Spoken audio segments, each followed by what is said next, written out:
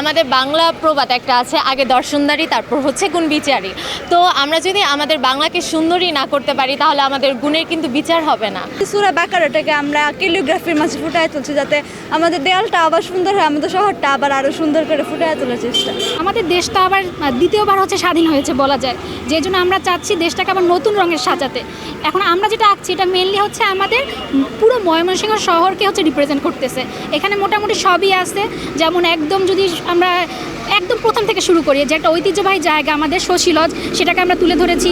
এবং ইম্পর্টেন্ট যে আমাদের জায়গাগুলো আছে, যেমন গাগিনার পার্ক বা চরপাড়া, দেন হচ্ছে আমাদের পার্ক, প্রত্যেকটা জিনিস আমরা তুলে ধরার ট্রাই করতেছি। মানে শুধু জায়গা না, এমনকি হচ্ছে আমরা যে আমাদের ঐতিহ্যবাহী যে খাবার, সেগুলো আমরা তুলে ধরার ট্রাই করতেছি, যেগুলো মেইনলি হচ্ছে ময়মনসিংহে, যেমন মুক্তাগাছার মন্ডা, বুলেট চা, দেন হচ্ছে আমাদের শুটকি, তারপর খুদের ভাত, এই প্রত্যেকটা জিনিসই।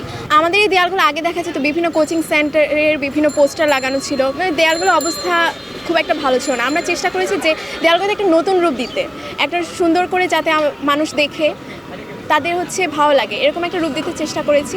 তো আমরা এই জন্য চেষ্টা করেছি যে আগের যেই কোচিং সেন্টারে যে পোস্টারগুলো ছিল সেগুলো আমরা সরিয়ে এখানে নতুন করে রং দিয়ে সুন্দর করে রাঙিয়ে তোলার চেষ্টা করেছি। আমাদের বড় ভাই মুগ্ধ, সে পানি দিতে গিয়ে শহীদ হয়েছিল আন্দোলনের মধ্যে, সে সবাইকে হেল্প করতে যাচ্ছিল। তার স্মৃতিতে আমরা আজকে জেলা স্কুলের ওয়ালের মধ্যে এই মুগ্ধর ছবি আঁকছি। ফারহান ফায়াজের জন্য কিছু একটা করব। বেসিক্যালি আমরা এখানে যেটা করেছি যে ওর ফেসবুকে একটা বায়ো ছিল, ওর নিজের লেখা একটা ফেসবুকের একটা বায়ো লেখা ছিল, তা আমরা ওইটাকেই বেস ধরে আর কি এরকম গ্রাফিটিটা করছি।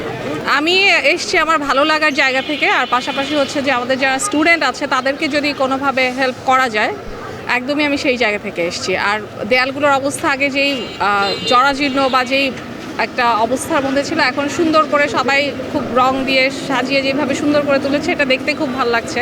এই দেয়ালটাতে আমাদের উদ্দেশ্য হচ্ছে একজন মনীষীর আমরা বাণী লিখব, তার মাধ্যমে শিক্ষার্থীরা যেটা দেখে উপকৃত হতে পারে। মূলত দেয়ালগুলোকে একটা নতুন রূপ দেওয়া আর কি, যে আমাদের দেশটা তো মূলত হচ্ছে বিভিন্ন প্রাকৃতিক সৌন্দর্যে ভরপুর। সো এই প্রাকৃতিক সৌন্দর্যটাকে ধরে রাখার জন্য তো এই দেয়ালগুলো যদি এরকম মানে বিধ্বংস অবস্থায় থাকে তাহলে দেখতে ভালো লাগবে না। আমাদের এই কনসেপ্টটা ডক্টর মোহাম্মদ ইউনূসের দেওয়া 3-0 কনসেপ্ট।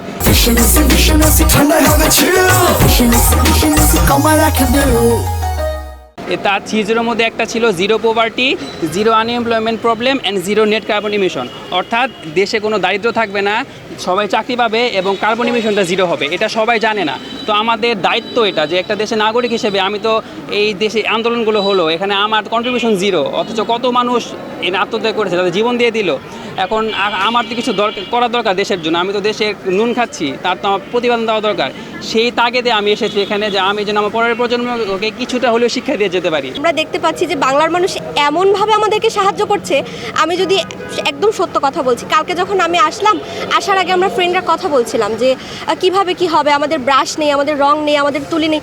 দেখতেছি হুট করে কে কিভাবে যেন চলে আসতেছে। অমুক জায়গা থেকে একটা আপু বলতেছে যে আপুকে আমরা চিনিও না, তিনি বলছেন যে হচ্ছে আমি তোমাদেরকে রং দিতে চাই। আচ্ছা ঠিক আছে, উনি আমাদের সাথে যোগাযোগ করে আসছেন।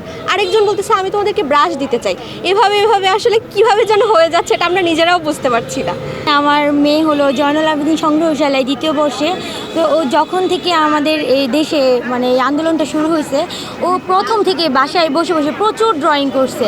আর মানে ওটার মাধ্যমে ও মানে বুঝাইতে চাইছে ও এই আন্দোলনের মাঝখানে আছে। ওর মনে যা আসতো বিভিন্ন ধরনের পতাকা বা ওই যে আবু সাইদ, অনেক কিছু নিয়ে অনেক ড্রয়িং করছে।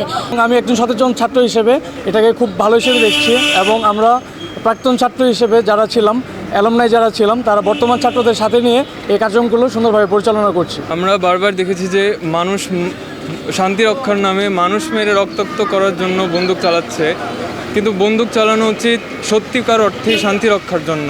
বন্দুক থেকে বেরোবে শান্তির পাখি, রক্তাক্ত মানুষ করার জন্য কোনো গুলি যেন না ছোড়া হয়।